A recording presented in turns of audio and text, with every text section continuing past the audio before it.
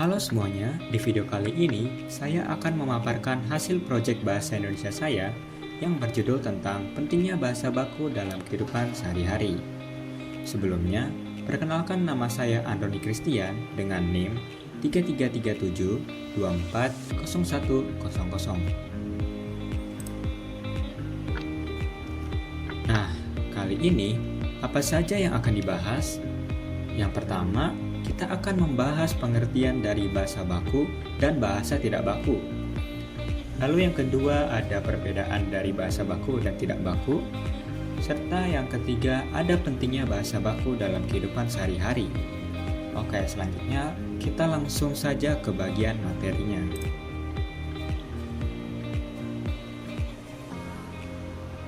Oke, di sini ada pengertian bahasa baku. Bahasa baku adalah kata yang penggunaannya sesuai dengan kaidah yang ditetapkan dalam Kamus Besar Bahasa Indonesia atau KBBI dan Pedoman Umum Ejaan Bahasa Indonesia atau PUEBI. Kata baku digunakan dalam berbagai konteks formal seperti dokumen resmi, karya ilmiah, laporan, pidato, dan komunikasi profesional.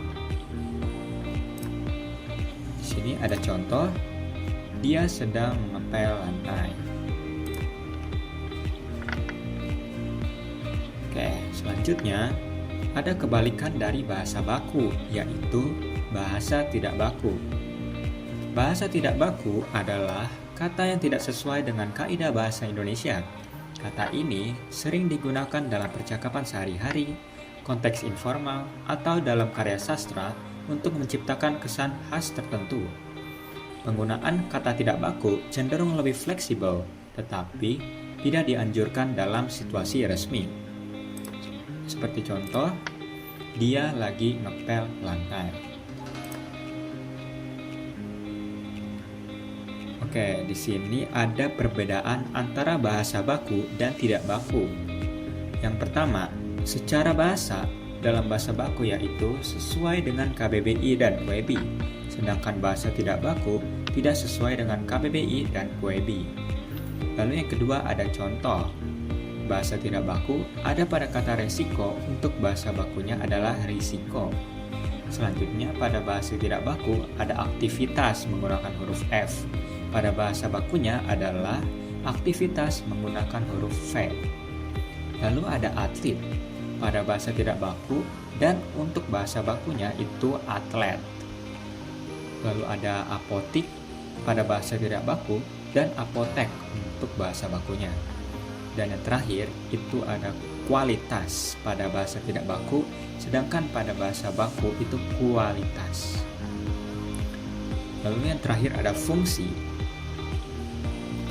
yaitu untuk bahasa bakunya untuk dokumen resmi, karya ilmiah, laporan, pidato, dan komunikasi profesional. Untuk bahasa tidak bakunya itu untuk percakapan sehari-hari, konteks informal, atau dalam karya sastra untuk menciptakan kesan khas tertentu.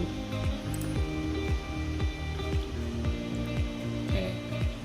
Di sini ada bagian intinya, yaitu apa pentingnya bahasa baku dalam kehidupan sehari-hari. Yang pertama, sebagai alat komunikasi yang efektif dan jelas. Bahasa baku membantu menyampaikan pesan dengan tepat, jelas, dan tidak menimbulkan salah paham. Karena memiliki kaidah yang tetap, bahasa baku bisa dipahami oleh siapapun dari berbagai daerah di Indonesia. Seperti contoh, bahasa tidak baku, misalnya itu, gue nggak ngerti maksud lo. Untuk bahasa bakunya, saya tidak mengerti maksud Anda. Dalam situasi formal atau lintas daerah, kalimat baku lebih mudah dipahami dan terdengar sopan. Lalu di sini yang kedua, ada digunakan dalam dunia pendidikan dan ilmiah. Dalam kegiatan belajar, penelitian, dan penulisan ilmiah, bahasa baku wajib digunakan agar hasil karya bisa diterima secara akademis dan diakui secara nasional maupun internasional. Seperti contoh, penulisan makalah atau laporan menggunakan kalimat seperti Penelitian ini bertujuan untuk mengetahui pengaruh penggunaan media digital terhadap minat belajar siswa. Kalimat terlihat jelas, formal, dan mengikuti kaidah bahasa baku. Lalu yang ketiga ada penting dalam situasi resmi. Bahasa baku digunakan dalam acara atau dokumen resmi seperti pidato, surat lamaran kerja, rapat, atau pengumuman.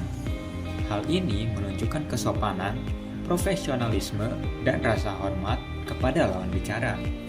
Seperti contoh untuk surat tidak baku, kepada Bapak Kepala Sekolah, saya pengen ngajuin izin. Untuk surat bakunya, kepada yang terhormat Bapak Kepala Sekolah, dengan hormat saya bermaksud mengajukan izin.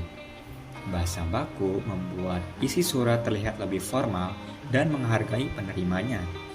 Yang keempat atau yang terakhir, menunjukkan kecerdasan dan etika berbahasa.